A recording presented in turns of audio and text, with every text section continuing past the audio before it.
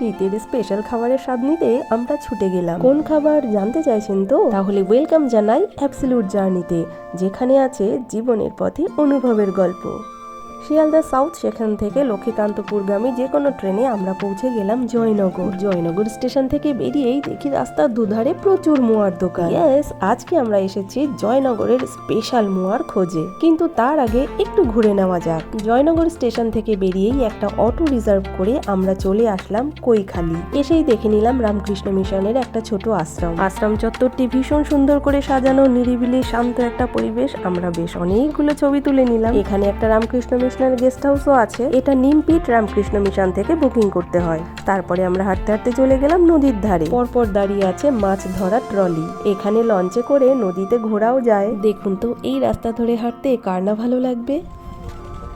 পরপর মাছ ধরা নৌকোগুলো দেখো যাচ্ছে। আমার সোনা মা গুড্ডি। এখন কি মনে হচ্ছে বলো তো, এমনি করে যায় যদি দিন যাক না। আর এই লঞ্চে করে নৌকা করে মাছ ধরে নিয়ে আসছে। আর সামনে মাতলা নদী, এই যে সব মাছ বাচ্ছে ওখানে। সব চিংড়ি মাছ ধরে ধরে নিয়ে আসছে। কত চিংড়ি!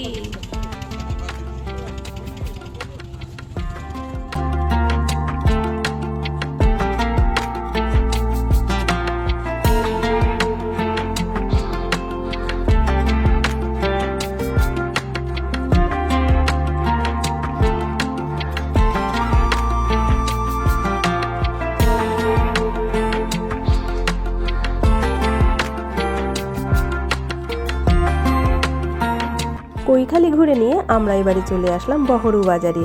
এটাই হচ্ছে মোয়ার আসল জায়গা। জয়নগরের ঠিক আগের স্টেশন বহরু। বিভিন্ন দামের মোয়া পাওয়া যায়। আমরা নিয়েছিলাম সুপার স্পেশাল মোয়াটা, যেটা 620 টাকা করে কেজি ছিল। এই মোয়া খেলে অন্য কোনো জায়গার মোয়া মুখেই রুজবে না।